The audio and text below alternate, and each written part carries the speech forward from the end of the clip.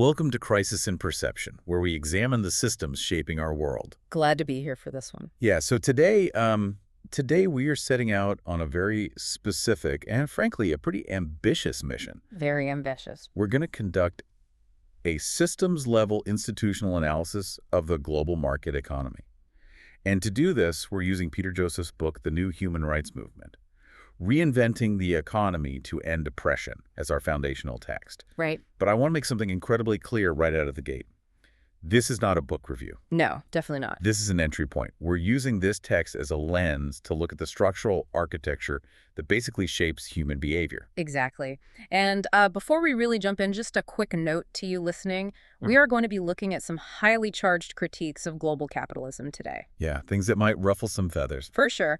But our job here isn't to take political sides. Right. We're not here to champion left-wing or right-wing ideologies or to endorse these specific views. We're simply acting as your guides. We're just unpacking the arguments presented in the source material so you can weigh them for yourself. Exactly. The goal is to bypass the overwhelming, exhausting noise of modern political debates. We want to invite you to look at the invisible wiring underneath everything you see in the news and everything you experience in your daily economic life. I really love that phrase, invisible wiring. Because, when you look at the news, it's just a constant barrage of symptoms. Oh, yes. There's poverty here, a climate disaster there, some political scandal over there. Yeah, treating the symptoms but never looking at the disease. Right. But today, we are looking at the core system generating those symptoms, which is the scarcity-driven market economy. Now, when I first started reading through the notes for this, my immediate instinct was to look for the bad guys. Oh, human nature. We always want a villain. Exactly. Who is doing this? Who is to blame? But the sources are very strict about establishing some ground rules early on. We have to avoid moral framing.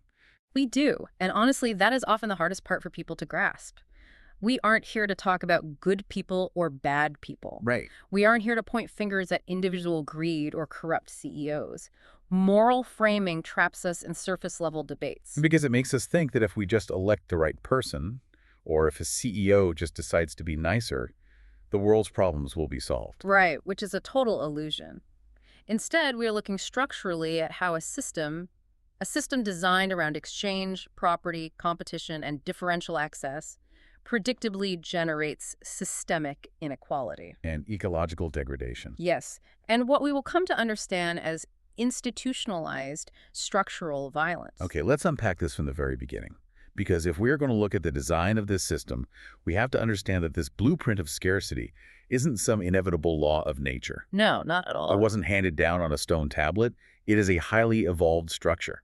The source material spends a lot of time tracing the roots of our current system back to the Neolithic Revolution. Right, the big shift. So let's go back, roughly 12,000 years.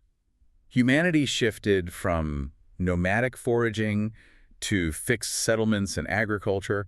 How did that completely change the game? It changed everything because it shifted our fundamental relationship with the earth and with each other.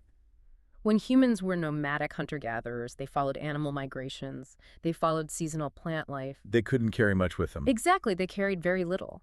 The concept of owning land was absurd to them. I mean, you can't own the path a herd of deer takes. Right. But once you settle down and plant crops, you become tied to a specific piece of land.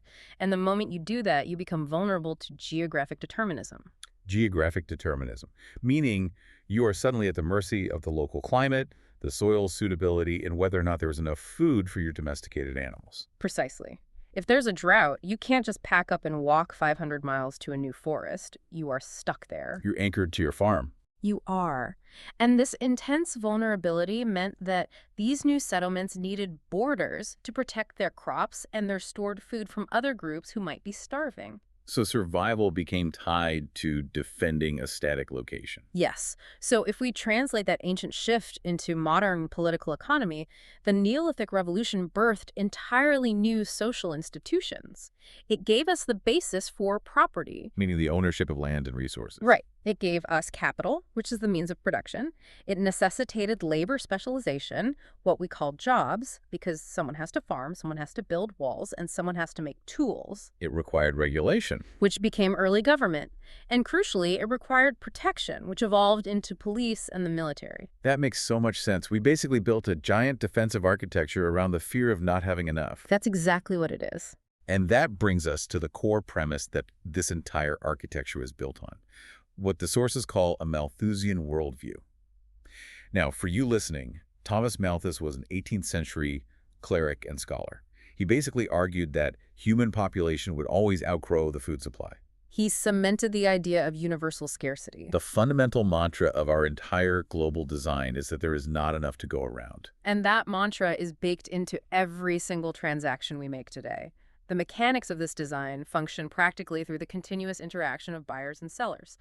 We're all taught in basic economics that supply and demand act as a beautiful, self-regulating mechanism. The invisible hand. The invisible hand, right. But what is often left out is that this mechanism is specifically designed around differential access and competition. Differential access. So some people get to the resources and some people don't. It's like a massive high-stakes game of musical chairs. That is the perfect analogy. The system fundamentally assumes that because there's not enough to go around, individuals and groups must compete to secure resources. If there are 10 chairs and 11 people, someone is left standing. And without a chair in this game, you don't survive. Exactly. This root socioeconomic orientation does something very profound to human psychology. It actively justifies hierarchy, it elevates self-interest as a virtue, and eventually it normalizes dominance. Because if you believe the world is inherently scarce, then hoarding resources isn't greedy. It's just smart survival. It's self-preservation. But hold on. If we were playing this ancient game of musical chairs based on extreme scarcity, we have to look out the window. We live in the 21st century. Right. This isn't the Neolithic era, and it isn't the 18th century when Malthus was writing. We have robots. We have artificial intelligence. We have automated farming. How does the system handle the fact that we can now do more with less? This is where we hit a massive structural contradiction. The text introduces a concept called ephemeralization, which was popularized by the visionary thinker R. Buckminster Fuller. Ephemeralization. Yes. Ephemeralization is the ability of technological advancement to do more and more with less and less, eventually approaching what economists call zero marginal cost. I want to make sure we really grasp this because the book gives a fantastic historical example. It talks about the ENIAC computer from the 1940s. Oh, yeah, the ENIAC. Let's picture this. It was a 30-ton machine. It covered 1,800 square feet, which is the size of a medium house. It contained over 17,000 vacuum tubes, consumed a massive amount of electricity, and cost the equivalent of about $6 million today just to build. And what could it do? Basic calculations. Right. And today, a pocket-sized microchip computes millions of times faster, uses a fraction of the electricity, and is produced at a nearly zero marginal cost in terms of the resources per computation. That is ephemeralization in a nutshell. We just keep doing vastly more with vastly less. We do. We now possess the technical ability to create staggering abundance. We can reproduce and distribute digital media like the audio you are listening to right now to millions of people at virtually no extra cost. We have automated manufacturing that can churn out goods with minimal human labor. Let's bring this right down to everyday life.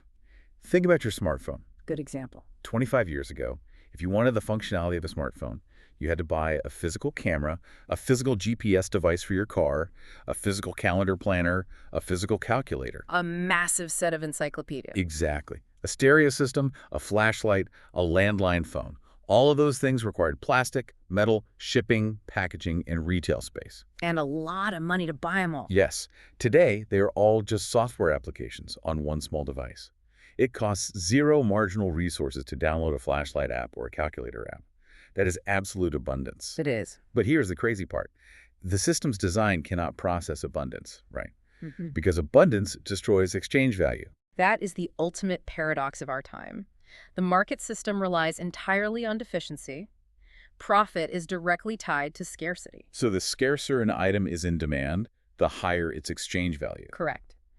If a company suddenly discovers a way to magically synthesize solid gold out of thin air for pennies, gold doesn't become a cheap building material.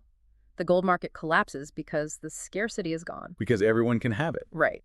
Therefore, the market actually prefers a general condition of scarcity because it translates into short-term gain for the sellers. Wait, so you were saying there is absolutely no structural function or reward in our current economy for actually solving problems, creating abundance, or achieving sustainability? Exactly. Preserving resources removes instruments of exchange. If you cure a disease permanently with one pill, you have destroyed the ongoing market for managing that disease. Wow.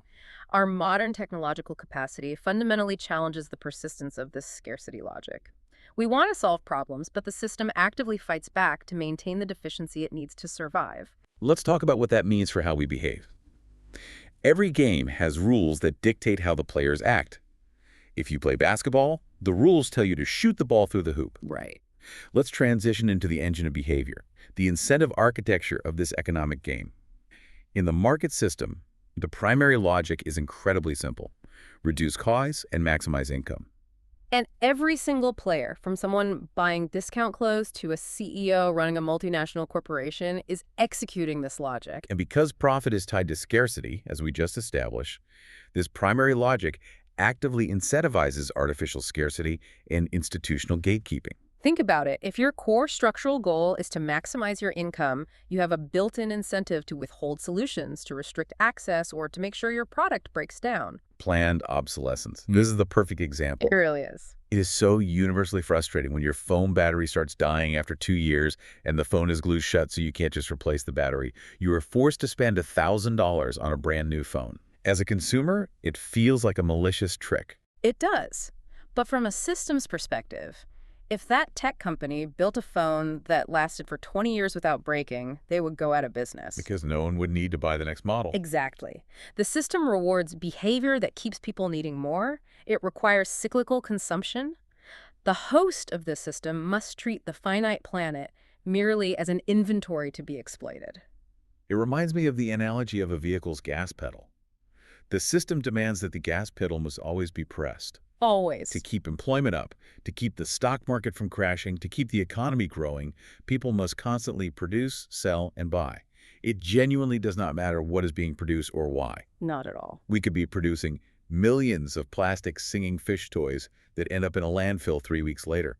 As long as money is exchanging hands, the system registers it as economic growth. Even if it's completely destructive. Right. It demands infinite consumption on a planet with clear, physical, planetary boundaries. Which brings us to a really critical realization about how socioeconomic inequality functions structurally rather than morally.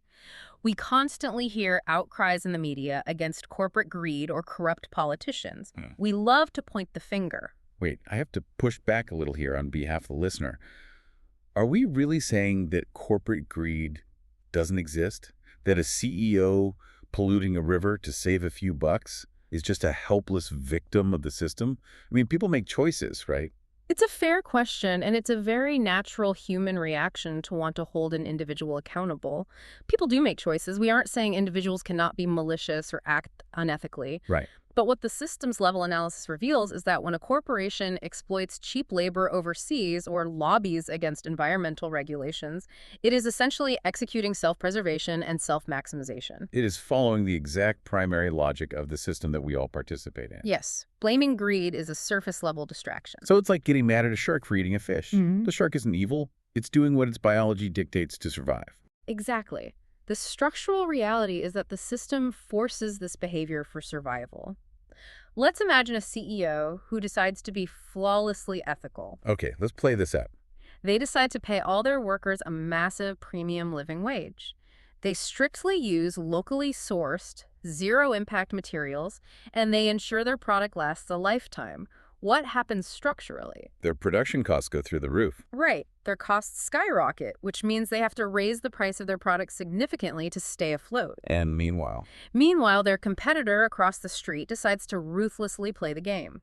They use cheap overseas labor, they dump their waste in a river, and they make a product designed to break in 2 years. so competitors' costs are incredibly low. And they can sell their product for a fraction of the price of our ethical CEO. In a market where consumers are also forced to reduce their costs to survive, who gets the business? The competitor Yeah. and the ethical company goes bankrupt. Exactly. The ethical company is outpriced and destroyed. An ideal moral compass simply cannot survive in a socioeconomic condition that actively punishes it and rewards dominance and cost externalization. The game is structurally rigged to elevate those who exploit the most efficiently. That is the tragic reality of it. That is a heavy realization. We are basically demanding that people act like saints in a system that explicitly rewards sociopathy. Beautifully put. So if the system requires this kind of ruthless competition, what are the actual on-the-ground outcomes? When I was looking through these notes, the thing that really stopped me in my tracks was the concept the sources introduced called structural violence. I had never thought of inequality as an actual form of violence before. It is a vital, albeit chilling, concept. Researchers like Gernot Kohler, Norman Alcock, and James Gilligan have written extensively on this. They define structural violence as preventable violence, death, and suffering that results from human-generated institutions. Preventable. That is the key word. We aren't talking about dying of old age or getting struck by lightning. Yep. Translate that for me and the listener. How does an institution or an economic system commit violence? It commits violence through deprivation. If a system operates in a way that slowly deprives millions of people of their basic human needs, like food, clean water, shelter, or healthcare, and this deprivation causes mass premature mortality, it is a form of violence. It is just as deadly as a bullet, but it operates in slow motion. Exactly. Let's trace the spectrum of these predictable structural outcomes. First, there's class stratification and profound inequality. The system artificially partitions human well-being. Because it has to. Right. By its very design, it inevitably funnels wealth to an elite minority while leaving the majority fighting for the scraps. And the sources point out that this stratification has a profound impact on public health. This isn't just about not having enough money to buy organic vegetables. The epidemiological findings show us that the psychosocial stress of low socioeconomic status acts as a literal disease vector. Yes, and we need to break down what psychosocial stress means in plain English. Think about what it physically feels like to be constantly worried about making rent. Just that gnawing anxiety. Yes, think about the knot in your stomach when you look at a stack of bills you can't pay, or the shame you might feel if you can't afford a warm coat for your child in winter. That chronic anxiety, that sheer psychological weight of being at the bottom of the social ladder in a highly stratified society triggers a constant release of stress hormones like cortisol in your body. And your body is not designed to be bathed in cortisol 24/7. No, it's not. It elevates your blood pressure, it suppresses your immune system, and it damages your cardiovascular system. Medical data shows that this chronic systemic stress literally damages your heart and shortens your life just as measurably as smoking cigarettes or breathing toxic air. So social stratification itself is a mechanism of structural violence. Feeling poor and inferior actually kills you. It measurably kills you. That is incredibly sobering. And the sources also frame ecological degradation as a predictable outcome of this violence.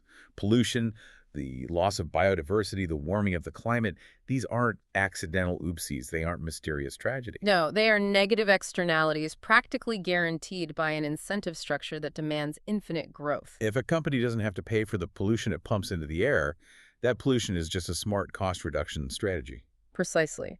And we also see indirect oppression emerge from this.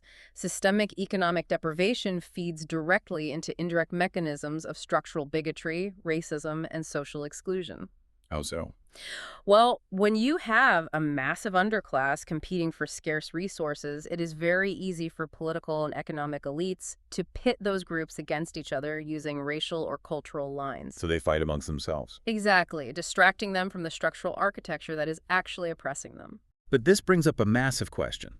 If this system is causing measurable violence, if it is sickening us with stress and destroying the biosphere we rely on, why don't we see it as violence? Why isn't there mass outrage every single day? This is where human biology works against us. Our localized perception completely obscures systemic causation. From an evolutionary standpoint, we are neurologically wired to react to direct, immediate harm. The book uses a really powerful analogy here. The drunk driver. Yes. Let's say a drunk driver swerves onto a sidewalk and hits a pedestrian. As a society, we react with absolute immediate contempt. We see the violence. We do. The cause and effect are local and immediate. The driver was negligent, he broke the rules, and someone tragically died. We demand justice. The human brain easily processes A causing B. Right. But when a massive, complex system operates globally in a way that deprives millions of resources, Yeah. leading to starvation or preventable disease, our localized perception fails to register it as violence. Because there is no single drunk driver to point at. We can't process the blame. Exactly. The author of our source text shares a profound anecdote about writing this very book in the Los Angeles Public Library. Yes, I remember this part. He was sitting in the library trying to write about human rights and the economy. And he was completely surrounded by the homeless population of Los Angeles, who used the library as a daytime shelter. He noted how the homeless in that library became what the writer George Orwell once called unpersons. Unpersons. They move like ghosts. They do. The general public, the librarians, the tourists, they all just glide by them, actively ignoring their existence.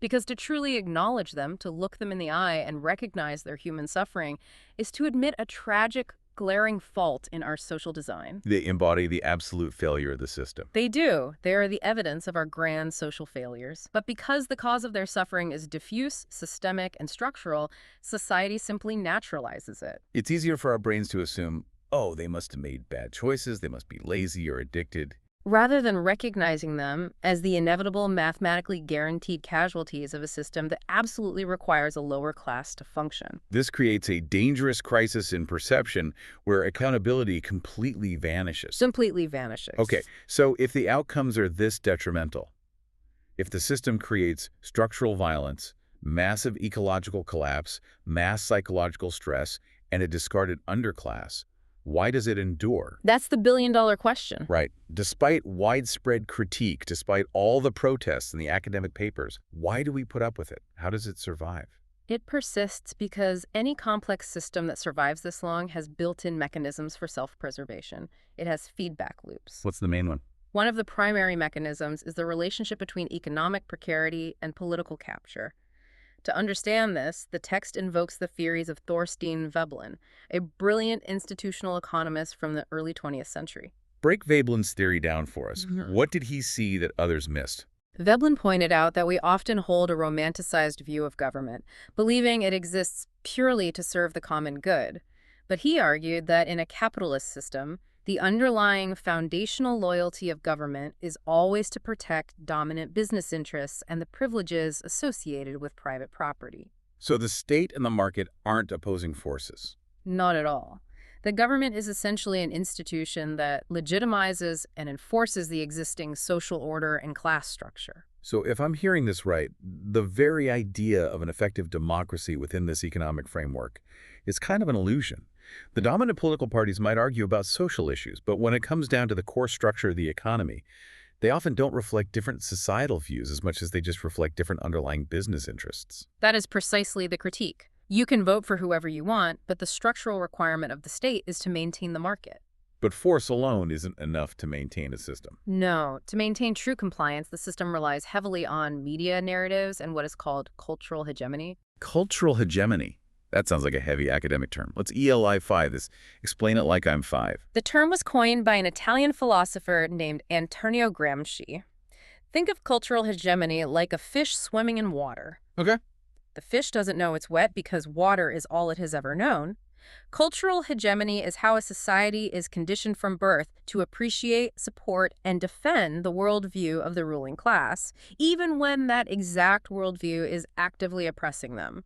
It sounds like being a diehard fan of the sports team that is currently beating you up in the parking lot. Exactly. It's a psychological capture. We have these massive legitimizing institutions, state propaganda, orthodox economic education taught in universities, and the multi-trillion-dollar industry of commercial advertising. And they're all constantly working to maintain the status quo. Advertising, for instance, isn't just selling you a shoe. It is actively promoting the ethic of consumerism as the very definition of freedom and happiness. It trains you to equate your self-worth with your purchasing power. Which brings up a really fascinating point about how we justify this to ourselves. How do these institutions reinforce the belief that these highly unequal market outcomes are just natural rather than completely artificial and designed? They do it by naturalizing the artificial. The sources point to the historical bastardization of Charles Darwin's theories. Right. Darwin observed nature and talked about the survival of the fittest in biological terms, how species adapt to their environments.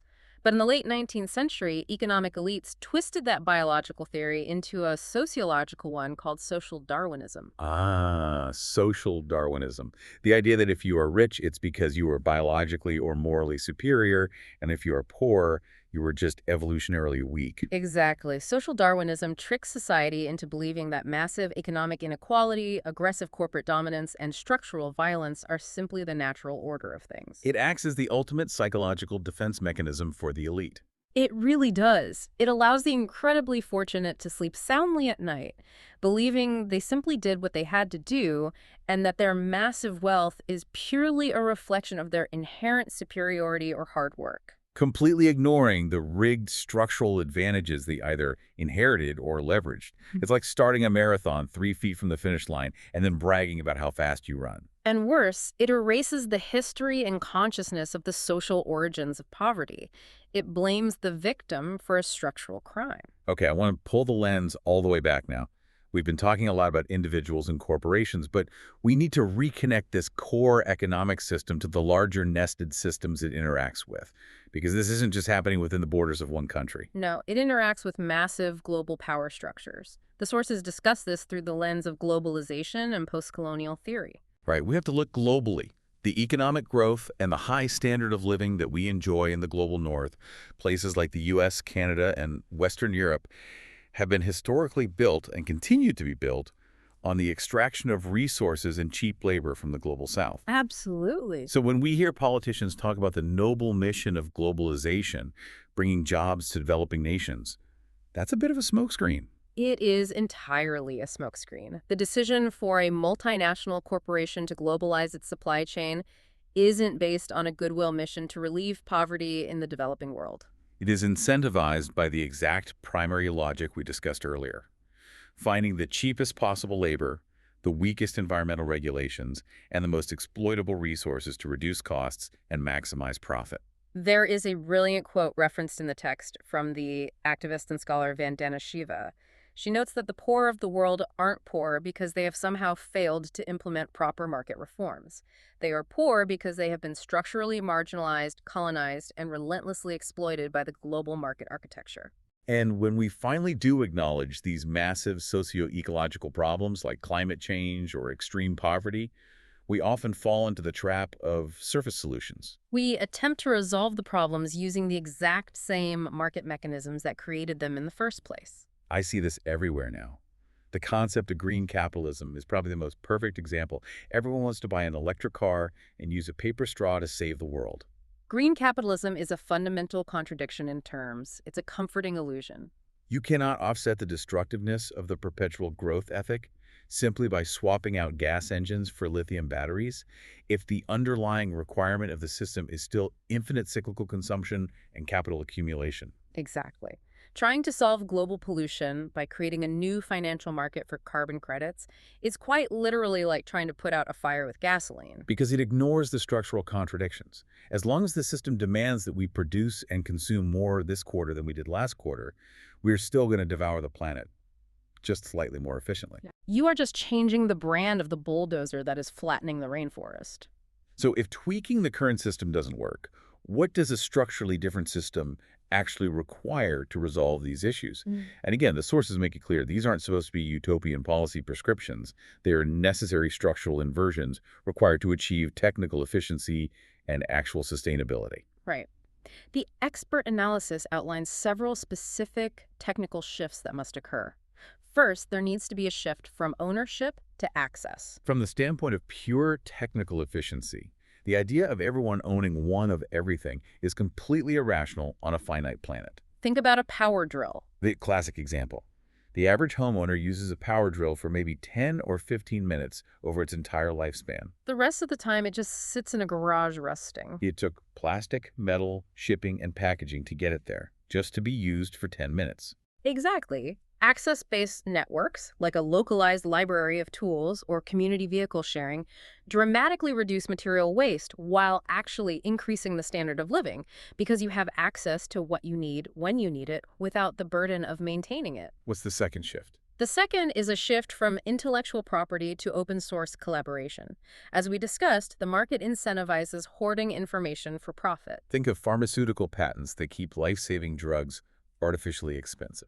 But open source collaboration accelerates design efficiency because thousands of minds can collaborate on a solution without the barrier of competitive advantage. Like how Wikipedia obliterated the encyclopedia business model just by letting people share knowledge for free. Exactly. And finally, there must be a shift from globalization back to localization, fueled by automation. It makes absolutely no sense, energetically or environmentally, to grow an apple in New Zealand, put it on a cargo ship burning heavy fuel oil, and ship it 1,500 miles to a supermarket in Los Angeles. Especially when automated, localized systems like vertical farming can produce food at near zero marginal cost right at the point of consumption. Again, we must stress these aren't moral pleas about how we should live. They are basic technical requirements for sustainable abundance. The current system is lifeline. It relies on price and exchange, which are totally decoupled from the actual science of life support and planetary sustainability. We have covered an immense amount of ground today. We started with the Neolithic origins of property and borders. We moved through the contradiction of technological abundance and planned obsolescence, and we looked deep into the hidden wiring of how socioeconomic stress literally acts as a form of violence on the human body. We've examined how institutions trick us into believing this is all natural. So bringing all of this structural analysis together, I have to ask, what is the crisis in perception here? The crisis in perception we are facing breaks down into four distinct analytical clarifications. First, what is being misperceived? We consistently misperceive structural design as individual failure. We blame the poor for their poverty, assuming they are lazy, or we assume the wealthy are simply superior and hardworking. We completely miss the reality that the game is structurally rigged to produce highly unequal outcomes, a few winners and massive amounts of losers, regardless of who is playing. Like blaming the players for the rules of Monopoly. Exactly. Second, what structural layer is obscured? The incentive architecture itself is completely obscured from our daily view.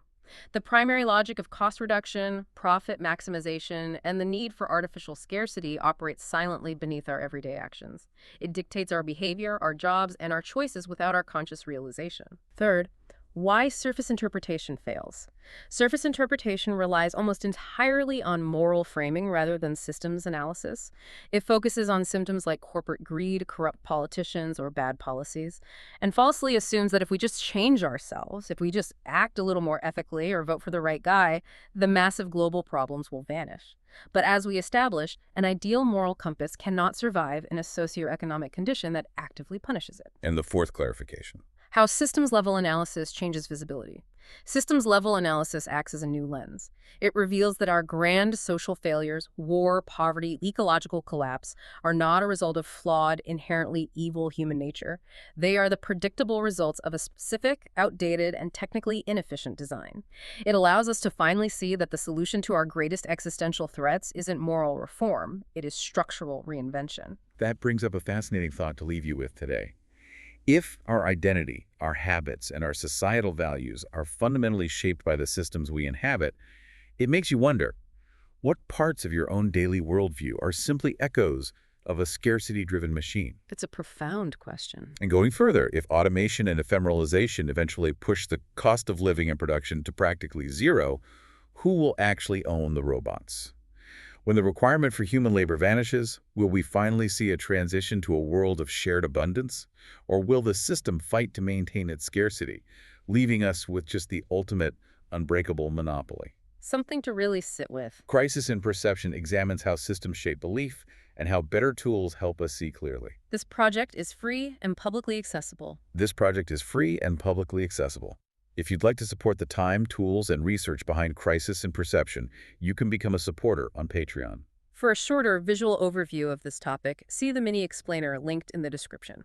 For a shorter visual overview of this topic, see the mini explainer linked in the description. If you enjoy this kind of systems-level analysis, please like, subscribe, and comment with books or topics you'd like us to explore next. If you enjoy this kind of systems-level analysis, please like, subscribe, and comment with books or topics you'd like us to explore next.